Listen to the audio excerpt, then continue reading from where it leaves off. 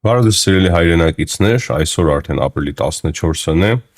եւ այս հաղորդման ընթացքում քննարկելու ենք Արարատ Միրզոյանի հանդիպումը ՆԱՏՕ-ի ներկայացուցիչի հետ Հարավային Կովկասում, Գալուզինի հայտարարությունը Հայաստանի մասով, ինչպես նաեւ մի շարք կարևոր միջազգային հարցեր։ Նախքան հաղորդումը սկսելը հիշեցնեմ հավանելու կոճակի մասին, ինչայլուց կարող եք դիզլայք եւս տանել, եթե չեք հավանում մեր հաղորդումը։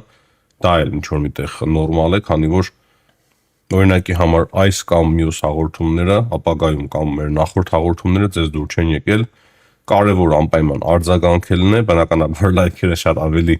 ցանկալի են տեսնել, քան դիզլայքերը, բայց նույն ժամանակ կարող եք նաև չհավանելու կոճակը եւս նույնպես սեղմել։ Սկսենք Անտալիայում տեղի ունեցած հանդիպումից Կոլոմինայի եւ Արարատ Միրզոյանի միջև, երկուսն էլ գրառում են կատարել X-ի իրենց միկրոբլոգերում։ Արարատ Միրզոյանը գրել է, որ այդ հանդիպումը շատ լավ հնարավորություն էր մտածելու Հայաստան-ՆԱՏՕ համագործակցության մասին, այսինքն դա լավ նոր հնարավորություն էր, որպեսզի Հայաստանը մտածի եւ ՆԱՏՕ-ն մտածի փոխադարձ համագործակցության մասին մտածեն։ ՆԱՏՕ-ի եւ Հայաստանի միջև համագործակցությունը իրոք կարևոր է, հաշվի առնելով, որ Վրաստանը եւ Ադրբեջանը բավականին խորը համագործակցում են ՆԱՏՕ-ի հետ, Հայաստանն էլ է համագործակցում, բայց ՆԱՏՕ-ի զորավարժություններում հիմնականում չի մասնակցում, ինչքան որ օրինակի համար մասնակցում են նույն Ադրբեջանը եւ Վրաստանը։ Վրաստանում ընդհանրապես ՆԱՏՕ-ի զորավարժությունները տեղի ունենում ամեն տարի եւ այս տարի եւս նախատեսված են զորավարժություններ ՆԱՏՕ-ի Վրաստանում։ Այդ հանդիպման ընթացքում քննարկել են նաեւ Հարավային Կովկասին վերաբերող հարցեր, հատկապես հայ-ադրբեջանական կոնֆլիկտը եւ վերջին ձեռքբերումները այդ մասով, խոսքը բնականաբար համաձայնեցված խաղաղության պայմանագրի մասին է։ Տեսնենք, ՆԱՏՕ-ի հետ համագործակցությունը իրոք չափազանց կարևոր է եւ այն պատկերացմամբ միշտ էլ կարևոր է եղել, ուղղակի տարբեր պատճառներով Հայաստանը եւ Հայաստանի իշխանությունները շատ հաճախ խուսափել են մասնակցել տարբեր զորավարժությունների ՆԱՏՕ-ի կողմից կազմակերպվող։ Հիմա անդրադառնանք Գալուզինի հայտարարությանը, սա առաջին հայտարարությունը չէ Գալուզինի, ոչ էլ երկրորդ հայտարարությունն է Հայաստանի Եվրամիության անդամակցելու մասով եւ ԵԱՏՄ-ից դուրս գալու մասով,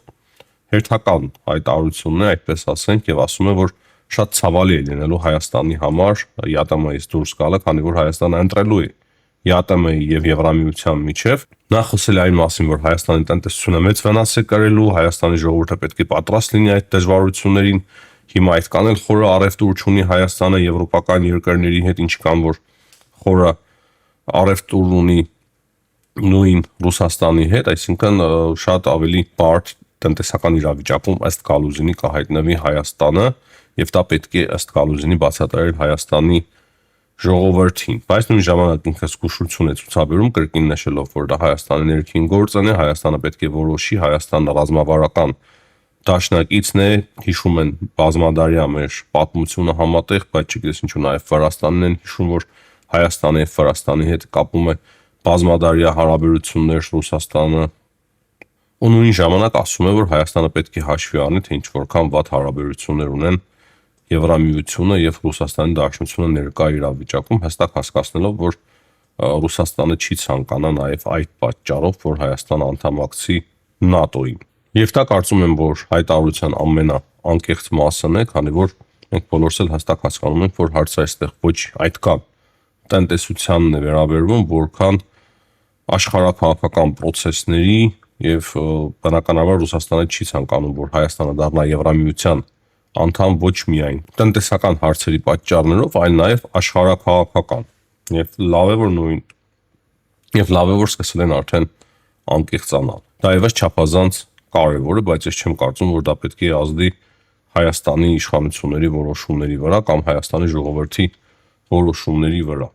Ընդհանրապես մեկ բան կարևոր է հասկանալ, որ Եվրամիության անդամ Հայաստանը չի կարող շատ արագ դառնալ, որքան էլ որ Հայաստանը ցանկանա, նույնիսկ եթե քաղաքական որոշում կայացվի, դժվար է ասել, նույնիսկ 5 տարի կարծում եմ, որ դա ուղղակի ֆանտաստիկ պայմաններում 5 տարի պահանջվելու է, որ Հայաստանը դառնա Եվրամիության անդամ, ուղղակի դա կլինի հրաշք, քանაც որ խոսում են վիզաների ազատականացման մասին, որ մի քանի տարի է պահանջվելու, եւ եթե հիմա օրինակի համար Հայաստանը հայտ ներկայացնի բազմաթիվ պայմանագրերով կապվի Եվրամիության հետ, տնտեսությունը նորմալացնի, մոտեցնի, ես կարծում եմ, որ իրատեսական է 35 թվականի կողմերը, որ Հայաստանը դառնա Եվրամիության անդամ, ուղղակի հիմա աշխարհը շատ արագ է զարգանում, շատ արագ է փոփոխվում, կարող է նաև քաղաքական որոշումներ կայացնել։ Ես դրա մասին եմ խոսում, թե չէ, այդպես հանգիստ լավ, եթե ամեն ինչ ընթանա, ինչքան էլ արագ տեմպ Հայաստանը հաղորդի, չեմ կարծում, որ մինչև 35 թվականը հնարավոր կլինի դառնալ Եվրամիության անդամ, եւ մինչև դա բավականին մեծ աշխատանք է կատարելու եւ տնտեսությունն է համապատասխանեցնելու, մոտեցնելու եվրոպական չափանիշներին տարբեր օրենսդրական լուրջ բարեփոխումներ պետք է տեղի ունենան, այսինքն տևական շատ լուրջ process է եւ դրանից բացի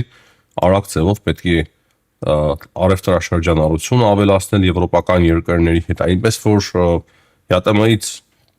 դուրս գալու հարցը, եթե այս պահի դրությամբ Հայաստանի իշխանությունները չեն տեսնում օրակարգում, ես կարծում եմ, որ դա շատ ճիշտ է, այսինքն կարող են դուրս գալ ՀՏՄ-ից, դրա մասին չէ խոսքը, բայց կարող են նաև դուրս չգալ, այնպես չէ, որ վաղը Եվրամիությունը միանգամից ընդունելու է Հայաստանը, դրա համար կրկնեմ պահանջվելու են բավականին լուրջ տարիներ, աշխատանքի տարիներ, աշխատանք պետք է իրականացվի շատ մեծ, եւ երբ որ արդեն ժամանակը գա, եւ Հայաստանը պատրաստ լինի անդամակցել Եվրամիությանը, արդեն Հայաստանի տնտեսությունը շատ սերտ եւ խորը կապված կլինի Եվրամիության տնտեսության հետ, Եվրամիության երկրների տնտեսությունների հետ, այդ մասով Վրաստանը բավականին շատ լուրջ զգալի առաջընթաց ունի, եւ ես կարծում եմ, որ վրացական փորձը այդ մասով, բնականաբար հաջողված փորձը Հայաստանը կարող է իրականացնել իր տնտեսության մեջ, իր օրենսդրության մեջ, իր քաղաքականության մեջ։ Հիմա օրինակի համար Վրաստանը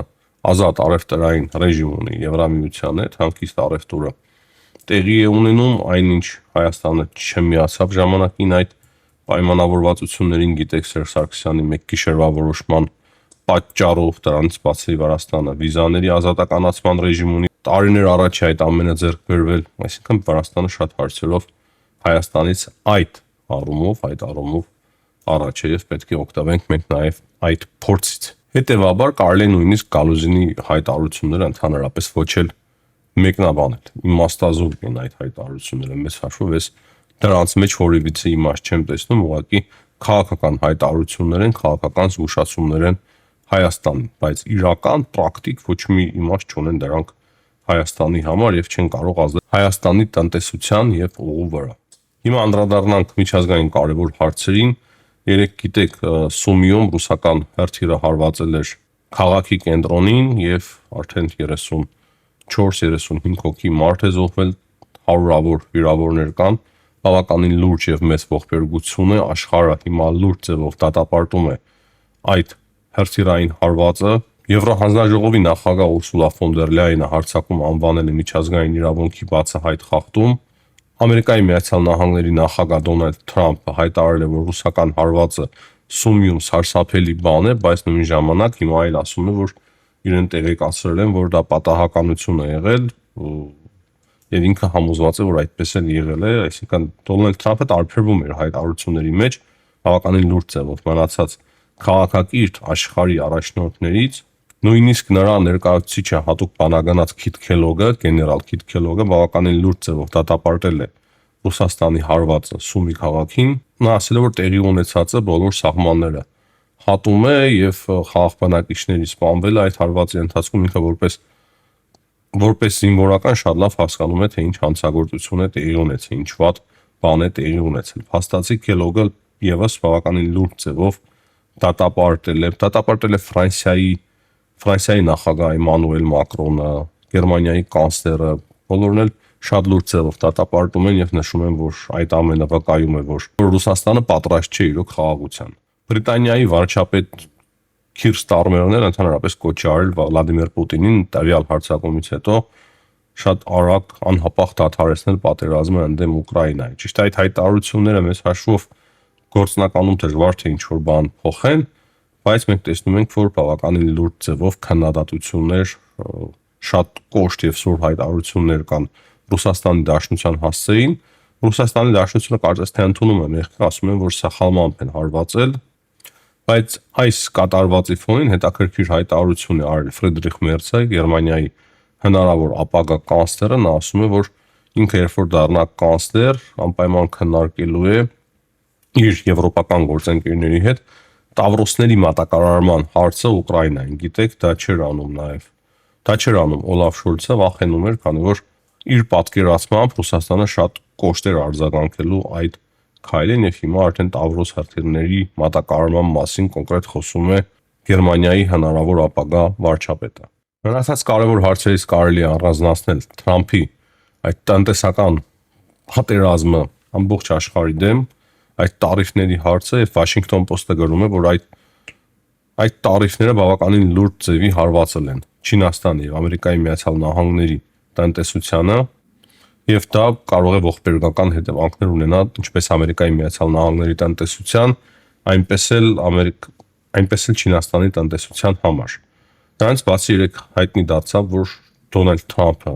հասկացել է փաստացի թե ինչ է տեղի ունենում, ինչ հետևանքներ կարող է տեղի ունենան եւ որոշում է կայացրել հեռախոսների համակարգիչների եւ այլ սարքավորումների համար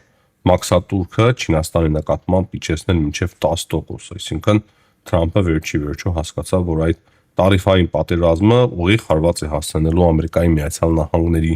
շահերին եւ ջախջախելու է նաեւ Ամերիկայի Միացյալ Նահանգների տնտեսությունը։ Եվ այս առումով շատ տրամաբանական է, որ Washington Post-ը գրում է, որ այդ տարիֆները իրոք կարող է ջախջախեն Ամերիկայի Միացյալ Նահանգների տնտեսությունը, ինչպես նաեւ Չինաստանինը, քանի որ այդ երկու աշխարհի ամենամեծ տնտեսությունները շատ խորը ձևով կապված են միմյանց եւ չես կարող հասցնել մեկի տնտեսությանը վնաս եւ մյուս երկիրը չվնասվի եւ այդ բարբերականի կարծիքով եթե խզումը մեծանա տնտեսական առումով եւ միջազգային տնտեսությունը փոխվի բնականաբար վատ իմաստով դա միանգամայն ավելացնելու է հնարավոր բախումը երկրների միջև կողմերի միջև ինչի մասին մենք եթե հիշում եք բազմիցս զգուշացրել ենք որ եթե տնտեսական կապերը խզում են երկրները, որոնք որ մեծ հաշվով հակառակորդ են համարվում, բայց ունեն շատ խորը տնտեսական կապեր, տնտեսական փոխհամագործակցություն, եթե այդ կապերը խզվում են, ապա այդ հակառակորդ պետությունները կարող են նաև թշնամու վերածվեն եւ արդեն սկսեն կոնկրետ հողի վրա գործել եւ պատերազմել միմյանց հետ։ Մեկ կարևոր բան կա, որը որ զսպում է երկրներին պատերազմից, դա տնտեսական համագործակցությունն է եւ հիմա եթե դա քանդվում է, իրոք բախման հավանականությունը մեծանում է անգամներով։ Եվ մեկ կարևոր տեղեկություն կա Թուրքիայից, փաստացի Թուրքիայում տարբեր ձևով են սկսել բողոքի ցույցեր իրականացնել, այդքան մեծամասշտաբ չեն, ես որքան հասկանում եմ հիմա արդեն, բայց սկսել են ստորագրահավաքներ հավաքել եւ նախնական տվյալներով Թուրքիայում Էկրեմ Էմամօղլուի ազատ արձակման պահանջով արդեն իսկ հավաքվել է 10 միլիոն ռեկորդային ստորագրություն։ Շատ հետաքրքիր իրոք գործընթացներ են Թուրքիայում տեղի ունենում 10 միլիոն ստորագրությունը դա կատակ չէ եւ տեսնենք թե ինչպիսի ազդեցություն կունենա այդ ամենը։ Ես կարծում եմ որ տարբեր ձևով տրանսֆորմացվում են այդ բողոքի ցույցերը, ստորագրահավաքները, այսինքն այնուամենայնիվ այդ process-ը Թուրքիայում եւս ընթանում է եւ շատ հետաքրքիր է իրոք տեսնել թե ինչ ընթացքի ունենալու